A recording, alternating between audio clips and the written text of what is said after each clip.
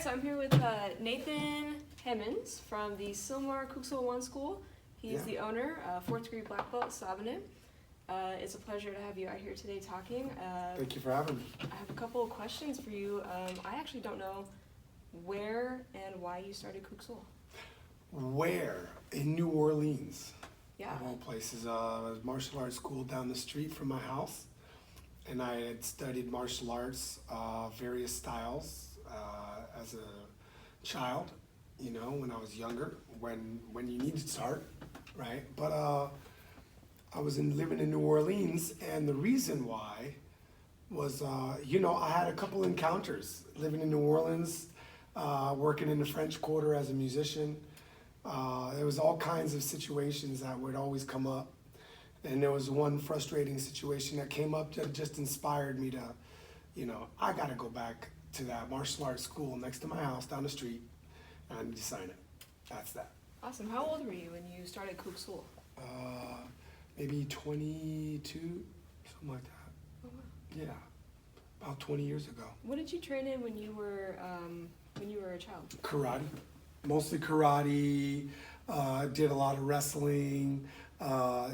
Little bit of taekwondo, so mostly stand game stuff, but then in high school did a lot of wrestling as well. And was always fighting with my friends. It was constant battles.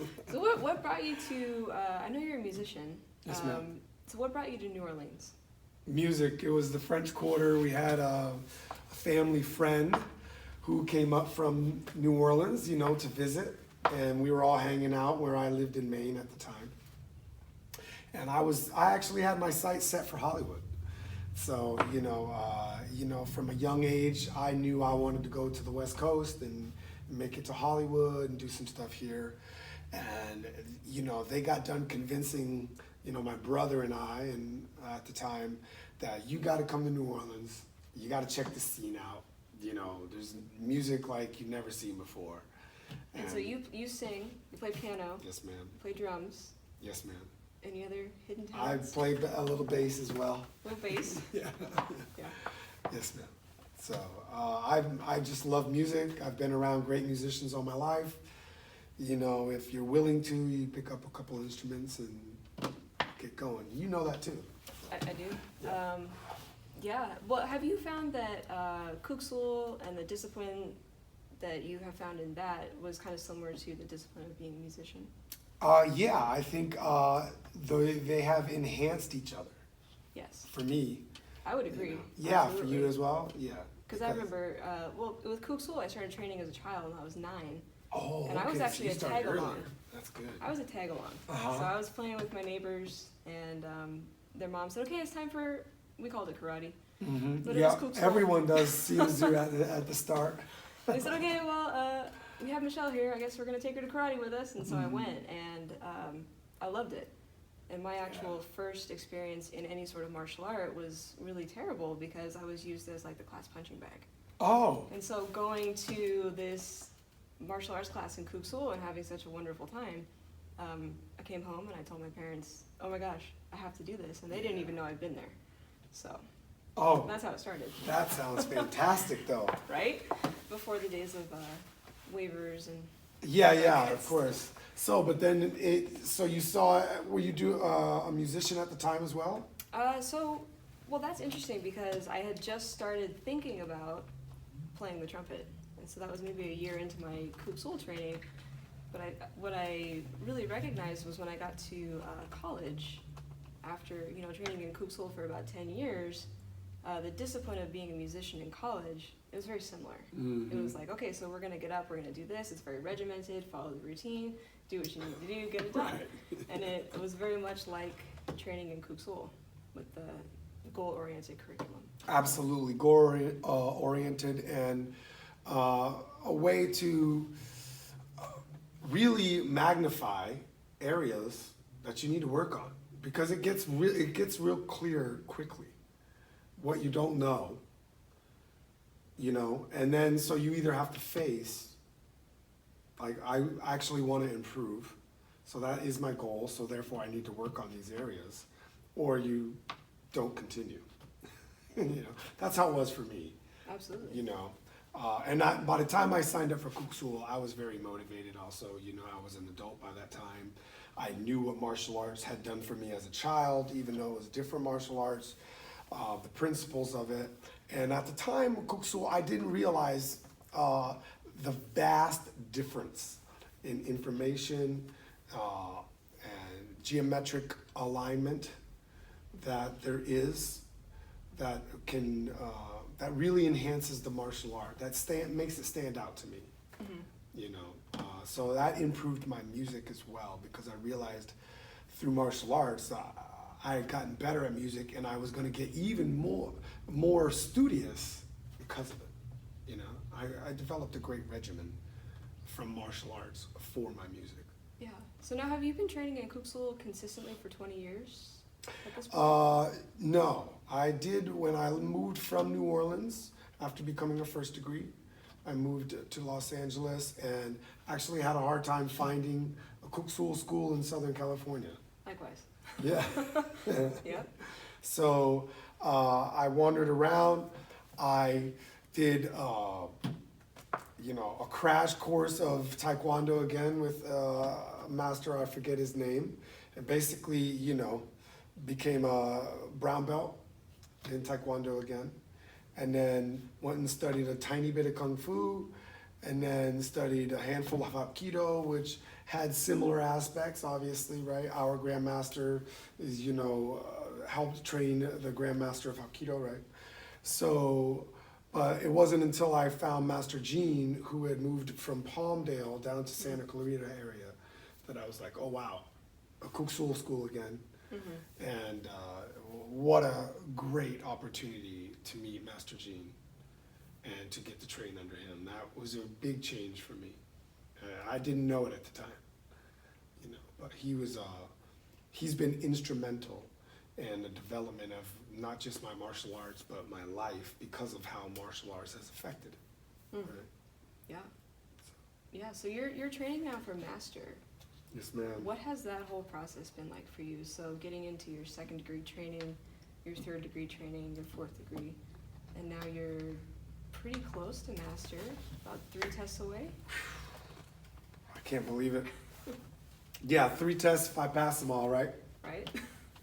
So I don't want to make any assumptions, but you know, so whenever, you know, the Grandmaster thinks that I'm ready, and my master thinks that I'm ready, then I'd be excited to become Master. What is it? You know, I'm still learning about what that is, and you know, but the process of it though has been amazing. I think it's more introspective than anything else.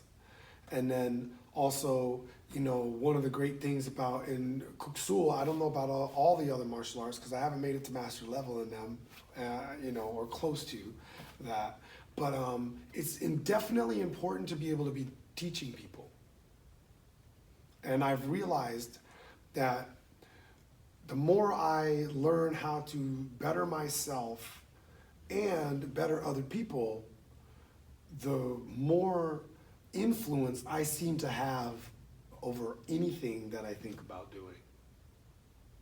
That's a real poignant thing to me. You know, that master means has to be bigger than just martial arts. Well, it has to be bigger than just you. Right. Yeah. It has to be, you got to master yourself, you know, mind, body, spirit, right? And then understanding energy, how it comes at you, how you to redirect it, how to send it out, when to be careful, when to let it go, you know, when to make it sharp, when to make it blunt. I mean, and it's funny how all of that manifests itself into your everyday life, right? I think a lot of people who don't study martial arts could miss that, especially in today's martial art world with MMA and the different sports that we have going on that are very competitive. I think it masks some of the more traditional ideologies that martial arts can offer your everyday life that is not seen in the fight. Yeah, no, in your everyday life, what is a day from waking up to going to sleep in terms of like your training, your mindfulness, all the other business ventures that you're on? What does that look like? Okay, well, not getting into the other adventures, in the martial arts side of it, I wake up pretty early, 5:45, 6 o'clock. I step outside. I try to take 5 minutes of just great mental meditation and clear my mind, get some fresh air, let my feet are bare. So my feet are touching the ground, the grass. And depending on how I feel, I just do a little bit of gentle, light stretching. Nothing anywhere remotely serious or planned. Like it's kind of like what ails. So that's what I stretch. And that's about a 5-minute process. I go back inside, handle a handful of business things and matters that I need to focus on. And by 8:45, 9 o'clock, I'm back outside trying to do my workout and do some types of training. Mm-hmm. So, and that usually consists of martial arts, beginning, stretching, warming up, and moves into some certain calisthenics and weight trainings of types. And I try to get done with that pretty quickly. So that's within 45 minutes to an hour, get into it and get out of it. And then I go back to some other things and head back towards actually music playing. I try to get some study in there and do some other things. And then by 3 o'clock or so, 4 o'clock, I'm now getting ready for my afternoon training, warm-ups, and then teaching students, right? And that usually ramps up into black belt training into the evening. Mm-hmm. So usually 2 sessions of martial arts training, at least 6 days a week. I try to not do too much of it on Sunday. Just like rest, day of rest. I do some book study on Sunday. It's just a more body rest day, stretch out, stuff like that, and day of body rest, and just look mentally over some stuff, and not even really try to be overbearing about the study on the Sunday. It's almost a glance. Yeah. Subliminal. Really sticks out to me is how you start your day, which is barefoot on the grass. Yeah. Yeah, that's real important. Why would you say that's so important? Because your body is walking energy. You have negative and positive ions that are going through. Your body wants to connect to not just the ground, to multiple things. Whether it be other people or objects or environments, places, things, personal items. We really like to connect. One of the most powerful connections is our feet to the ground in nature, with some good fresh air, letting the light, sunshine, light hit your eyes, strike your irises and your eyelashes, and, starts the flow of juices in your body and, sending out endorphins and different things, that I wouldn't even pretend to be able to speak well on. So you're making your body completely present in the moment. I take a moment to connect and mentally set my standard for what's going to be today. I'm in a good mood. I'm very thankful. I'm happy. I'm up and standing and powerful. And I say thanks to those things. And then I don't get cocky. I get secure in like what I intend for today and the future. Usually it's funny because my days are, I gotta be better at being more specific sometimes about my days because my vision is so longer term sometimes, and I know what I need to do for the days, that the days can sometimes be automatic, and it's important to connect with those and say, here's a short list of things that I usually put together at night. The night before. Yep. Yeah. So I've gotten up out of bed, I took a glance at that list, and then I'm stepping outside, I connect with the ground, connect with the energy, let the light hit me, be thankful, take some deep breaths, and then focus what I want and go after it. Yeah. Wow. And almost every morning. I don't feel right if I don't, too. But that's the way I feel like so many people lack a morning routine. And for someone who's searching for just some sort of mindfulness and grounding. What you're doing is very logic-based. I would say it's putting emotions in check before the day starts. Yes, ma'am. You're waking up and you're not like, oh, I feel this way, and then letting that carry you into something. You're like, no, logically, I'm standing up, I'm breathing this air, my feet are feeling the ground, waking up all your senses. I think that's such a great way to start your day. Yeah, absolutely. And if you can process everything logically. Yeah, To, you know, part of it is definitely a choice, you know, and to be able to come at things logically, you know, is definitely an asset. I would say that, you know, I try to have the triad going, you know, between my mental logic, right? How I feel, right? So we want mind, body, and soul. So my mind is there logically, what needs to happen. Then I'm touching the ground and I'm taking the big breaths and I'm feeling, right? And then with those two, I can really influence my spirit, right? I mean, they all seem to just work better and better as you work for it in tandem.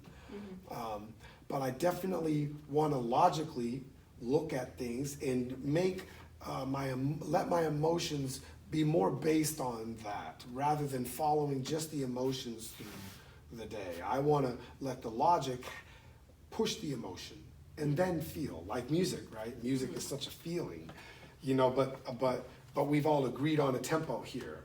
We've all agreed on, you know, if we're playing in the band, a key, that's right. Yeah. Style of song, right? Who's taking the lead right now? You got a solo to his eye, you know?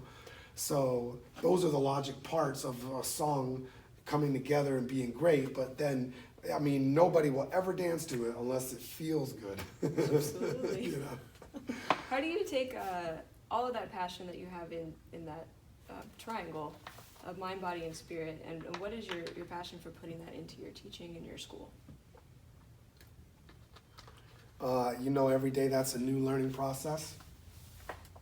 I don't profess to know what the proper answer to that is. You know, I am a student learning from what I think are great people, like you, as you know as well, the Grandmaster, Master Gene. I've had the opportunity to train with Master Sa, the Grandmaster's son, both of them, you know, and through seminars with many other masters. And, you know, I'm just passionate about helping other people. That's my goal. So, you know, and I'm trying to find as many pathways to that as possible. I will say that I try to also take a lot of the responsibility as a teacher for the student to learn. And I would love to see, in my opinion, more of that out of any area of our education systems, whether it's books or school or martial arts or fitness or, you know, because I think that if I'm the teacher and I'm the one who has the knowledge to give, then there should be more responsibility on my side of the table to get that delivered somehow, to, you know, open those pathways for the student to see the value in the information, to make it easier for them and more palatable to absorb. So I think those are some of the principles I'm coming at. I want to change your life, and I find that a lot of it's my responsibility since you're here. Absolutely. Yeah. It's great. Yeah. Yeah. Circling back a little bit to your training with Master Gene, I know he talks a lot about the geometric of martial arts. Geometry. And that's something that I'm not very familiar with. But if you had to explain that to someone who's either has a martial arts background, well, probably people that have a martial arts background, what would be, you said that that's kind of a differentiating piece of Kuk Sool Won is the geometrics. All right, so two sides of that. So on one side, a style of understanding can be great and dangerous, right? A style of martial arts. But a style could also be like a style of dance, like ballet. Ballet is beautiful to watch and amazing to see, but you could argue it's not the greatest for your feet. Right? So let's come from the standpoint of what would you do or take away from certain things or add to certain things if it was there to only improve you and your life and structure, right? That's one. Number two, the geometric shape of things is arguably like some of the things that are every day in our lives that last the longest or the most structurally sound, like a pyramid. A triangle is an extremely strong shape. Done. We put it on the roof, on our houses for multiple reasons, and we have structures that we don't know who even put them there, arguably, because they've just been there that long, right? And so I have found in my martial arts training that when you're out of position, when you're not geometrically sound, you're probably weaker than somebody who is in a better geometric shape. And certain fundamental angles that are built to work with our personal bodies, the human body. Biomechanics. Right, biomechanics, which you study a ton of, right? Which I'd love to learn more from you about. Those things have to be sound to be the most effective. Not that you can't be effective, like ballet or dance or something, or any other martial art. It's not that you can't be effective, but I think there's an argument in there for certain things that, you would have a better stance if your feet are spread 2 or 3 feet apart versus, 2 inches apart, right? So your stance is not going to be as good, with certain fundamentals. So, I don't think that everybody is paying as much attention to those fundamentals as they could be, for whatever the reason.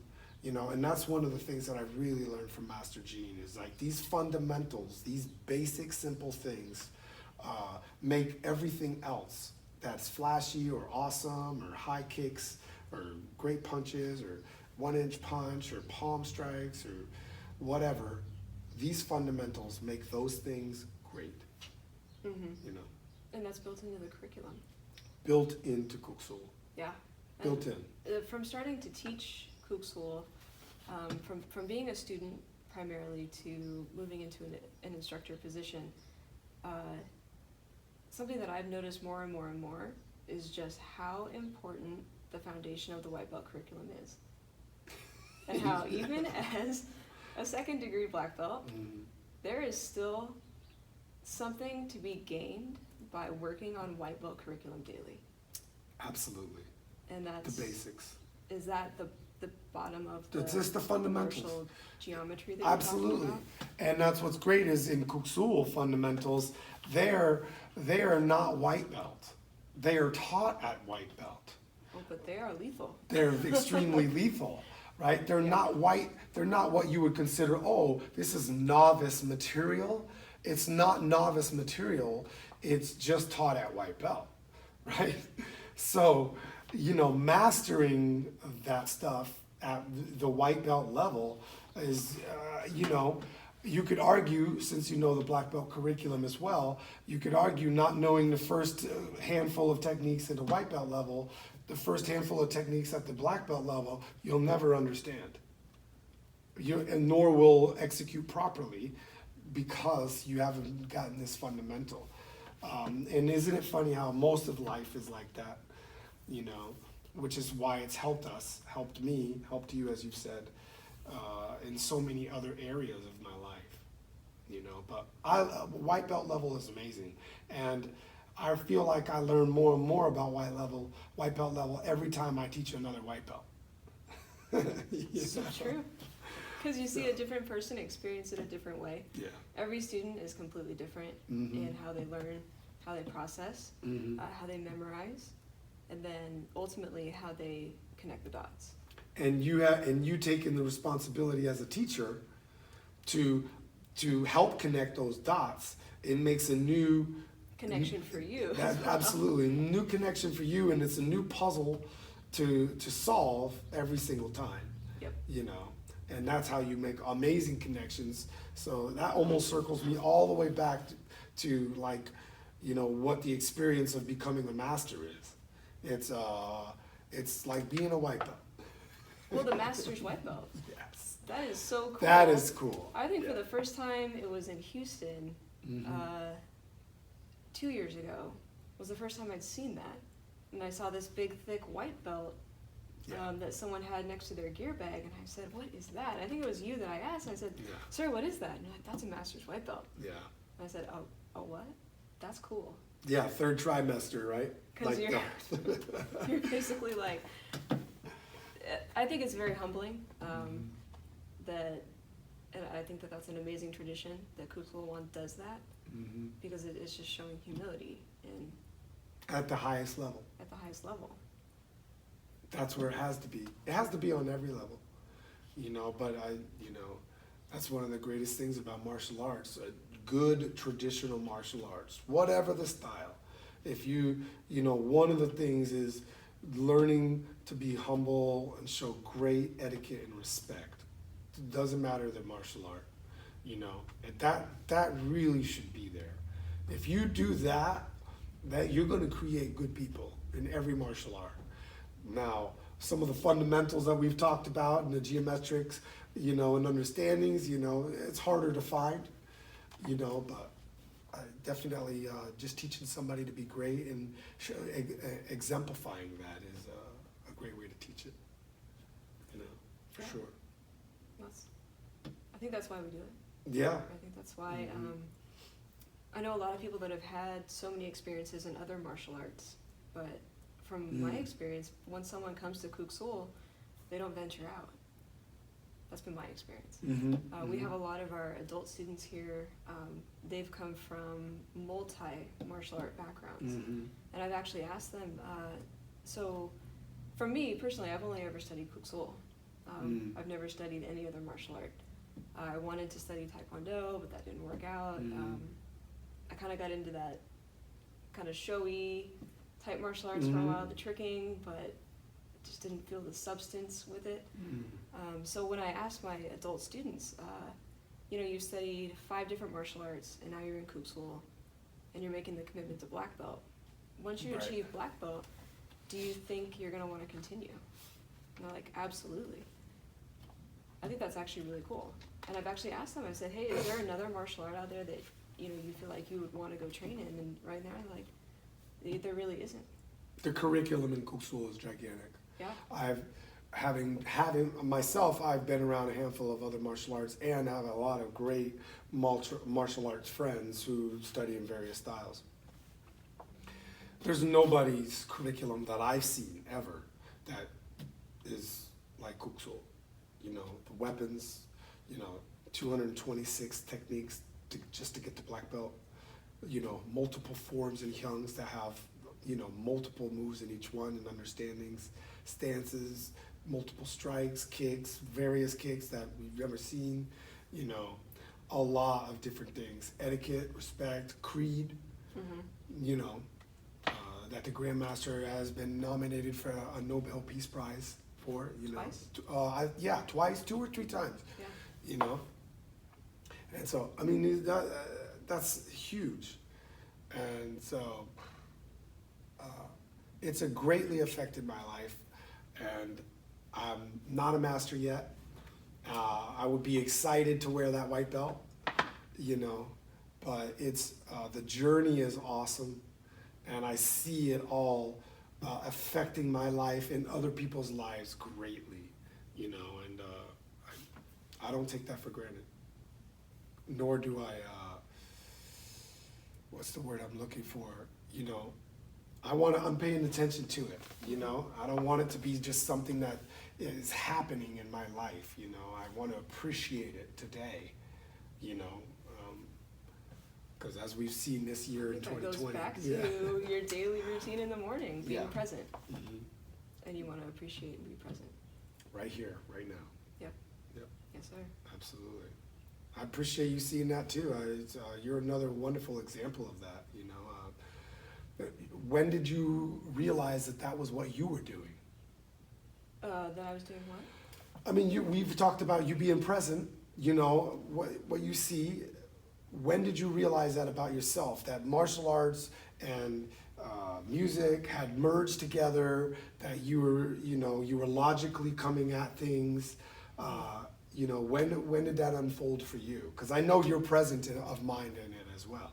Well, that's been quite a journey that I can't take full responsibility for. So it started in Kuk Sool. I transitioned into college, played music, worked in the music industry in LA for a while. Was really not in a good place mentally. Was not like a fun person to be around. Very egotistical, very standoffish. And then it wasn't until I started getting into fitness, which actually led me to meeting my husband. And then it led me to this gym, Summit Fitness.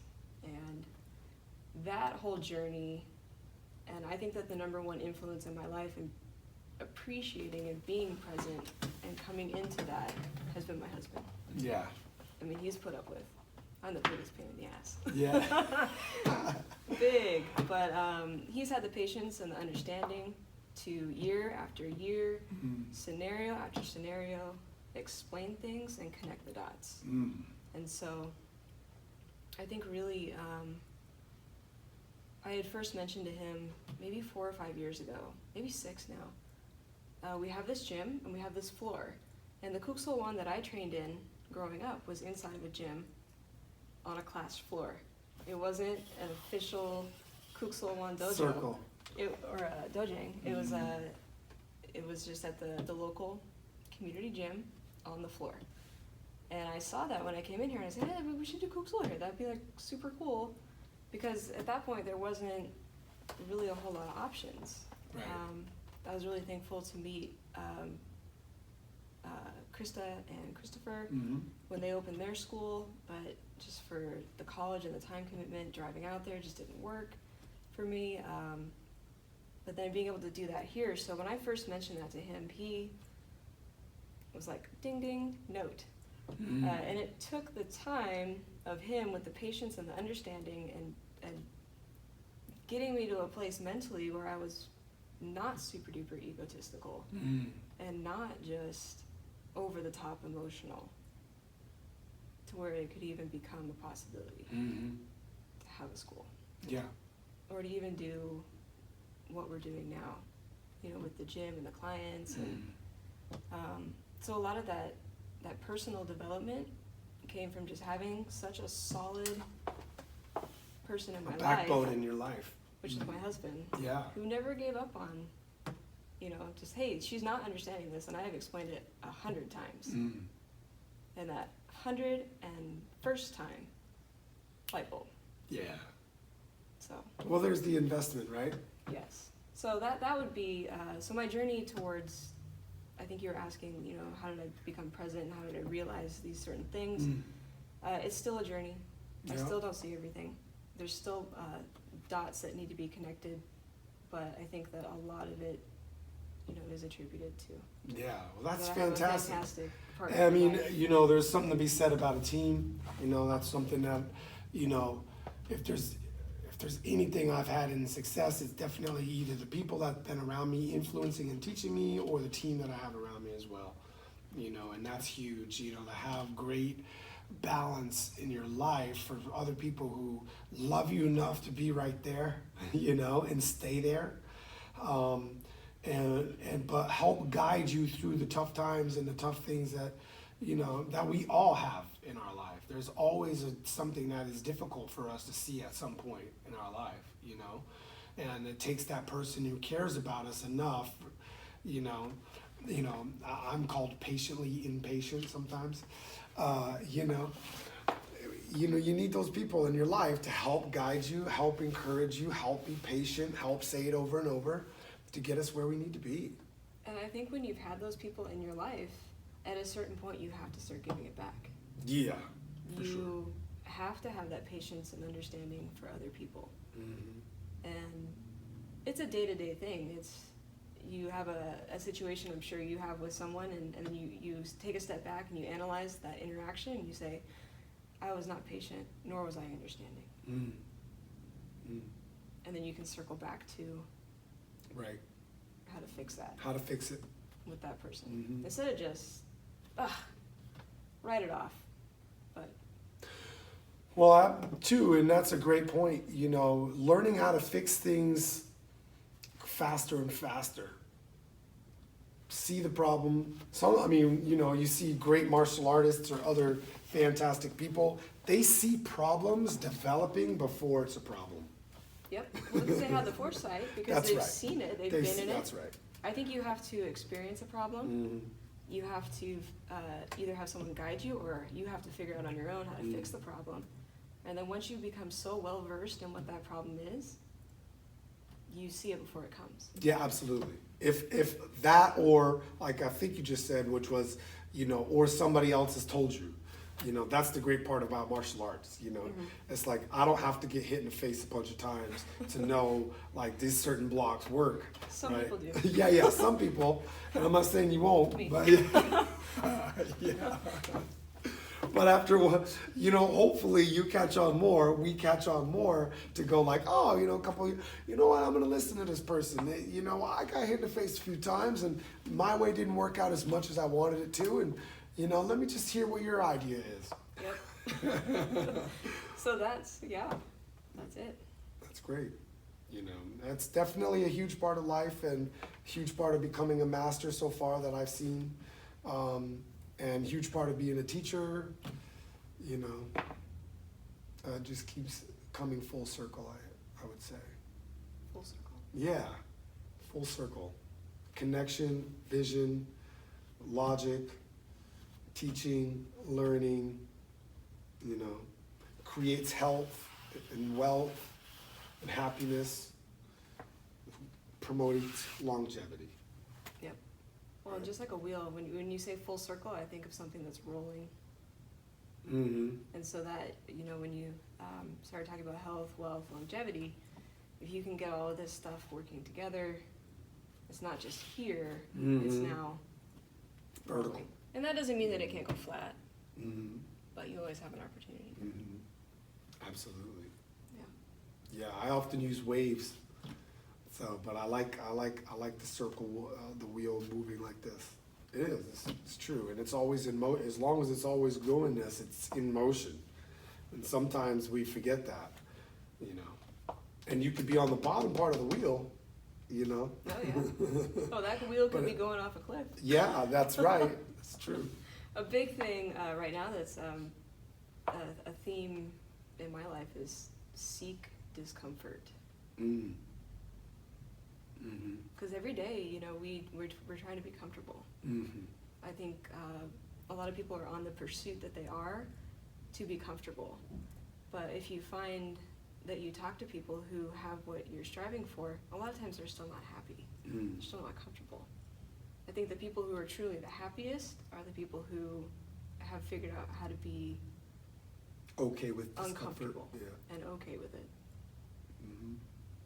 You know, it's funny. I've always found that performance really helped me with that. Like stage fright? Yeah, because I've never really had stage fright. Really? I was just, yeah, I mean, I'm not saying that I'm not concerned when I get on the stage that I want things to go well and disregard, but I feel pretty good when I go on to a stage, like in general, especially at this point in my life, like I'm prepared. Like I'm gonna be able to pull something off here. And it's usually because I've done that a few times, right? But there's something to be said about being like what we were talking about in music, like in front of people, being judged by people, and being kind of on a metronome and needing to perform a certain thing a certain way. All of those things lining up at once and then looking like you enjoy it at the same time is a lot. And if you can deliver that type of thing in front of people over and over and over again, you get really, really good at being in uncomfortable situations, you know? Because when you're there, if it ain't right, it can get uncomfortable real fast. Oh yeah. Yeah, that takes me back to, I did a little bit of television recording. Yeah. Oh man, Mhm. bright lights, makeup, we're live. Trumpet solo. Yeah. Yeah. Yeah, yeah. That type of pressure, helps to raise your bar of being able to work through discomfort, for sure. And I think you're absolutely right. We all need to be okay with discomfort, Well, I think that in a Kuk Sool Won class, as the instructors, we're not here to make you comfortable. No. And No. yeah, some of that discomfort is good. It's good. I try to remind my students sometimes that we've all been right where they are, like I've worn a white belt or a red belt, and I've been uncomfortable, and every time I train with my master, I am uncomfortable and challenged. You should be uncomfortable. Absolutely. And so it's okay for you to also feel that way. I know this feeling is foreign to you, but you'll get used to it. Yeah. And that's a big part of the curriculum, I think, too. Mm-hmm. Yeah. Is pushing for excellence. Yeah. 1% better than you were the day before. Yeah. And then seeing the students be able to make that progression, even if they don't understand it right at the moment, oh gosh, why is she making me hold all my stances for 5 seconds each? Mm-hmm. My legs are on fire. Yeah. Well, strong legs, strong Yeah. minds. Mm-hmm. That's right. That's right. And yeah, we as students rarely see what we're supposed to see at the time we learn it. Right? Oh, I So, for sure didn't. Yeah. I just remember a couple of times training as a child, we held number 12, Mm-hmm. 20 minutes. Yeah. Shoulders were on fire. Yeah. Thought I was gonna die. Mm-hmm. But that's something that I look back on fondly now because, and we did the same thing with like wall squats. Mm-hmm. Just a lot of like mental toughness, Mm-hmm. and I hated it while we were doing it. But I look back on You it can now. conjure it up now. That's the great part about it, is like you built up that mental toughness. Now, I bet you, at any time you really had to, in shape or not, under an immense amount of pressure, you could conjure that up out of your body again. And maybe better, depending on the pressure and reasoning. And I find that to be awesome about martial arts and other things when you really push yourself. It's that once you get good at pushing yourself to a limit, there was this guy one time, he was in my track, and his name was Joe Moody, okay, and he was so fast. And it just didn't matter who he ended up racing. His mind was so strong that he would just always find a way to beat the person. And there was some people, I think, that had to have been faster than him, like he was an 800-meter runner. Mm-hmm. So it's just, but you just never saw him in his mind or body or essence let anything other than what he wanted the will to happen be. It was it. It was amazing to watch somebody like that run, and I obviously never forgot that, and I've seen that in my life for many people, that once you have developed the ability to stay there, the ability to focus, the ability to push yourself on the wall squat or whatever other challenges, when you face that challenge, you get stronger. Mm-hmm. Done. And that strength, although like riding a bike, you're not as good at it, but it never goes away. That it's always kind of right there. And if you feed it. And I think the goal as instructors is to figure out how to do that. People have to figure out how to do it for themselves. Mm-hmm. It has to be a lesson that they want to learn, that they want to internalize. But we want to inspire it. But we want to inspire it Yeah. in some way. Mm-hmm. Yep. Huge. And yeah, that's the journey, and so I definitely take responsibility for that, But what's great is natural things and greatness has a great, awesome way of inspiring people. Great things inspire people, So it's like, that's one of the other things about Kuk Sool, is like, it is great. So it's easy to use it to inspire people, you know. Parents see it right away when they're looking at a child, and adults who want to sign up seem to recognize it a lot faster than most too. They go, whoa, they don't know that, like, oh wow, this is mind, body, and spirit. That's what this is addressing. They don't maybe know right away, but internally something is going ding ding. I need to be here. This is what I need to learn. This is going to help me on my journey of life where I'm trying to go. Yeah. You know. Yep. Well, Kuk Sool, it's in more places all over Southern California now. Yep. It's been such an honor to even be a part of that expansion and to have been given the opportunity with Poseidon and Krista to be able to do that, and to have our school here inside of Summit Fitness. And your school is in Sylmar. Sylmar, Yes. California. Yes, ma'am. Yep. Over in off of Foothill Boulevard in the square.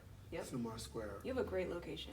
It is wonderful, and we have the community is building around there. We're excited about it. And your school is beautiful, so Thank you. I can't wait to take some of my students there when we open back up and just get everyone back into community.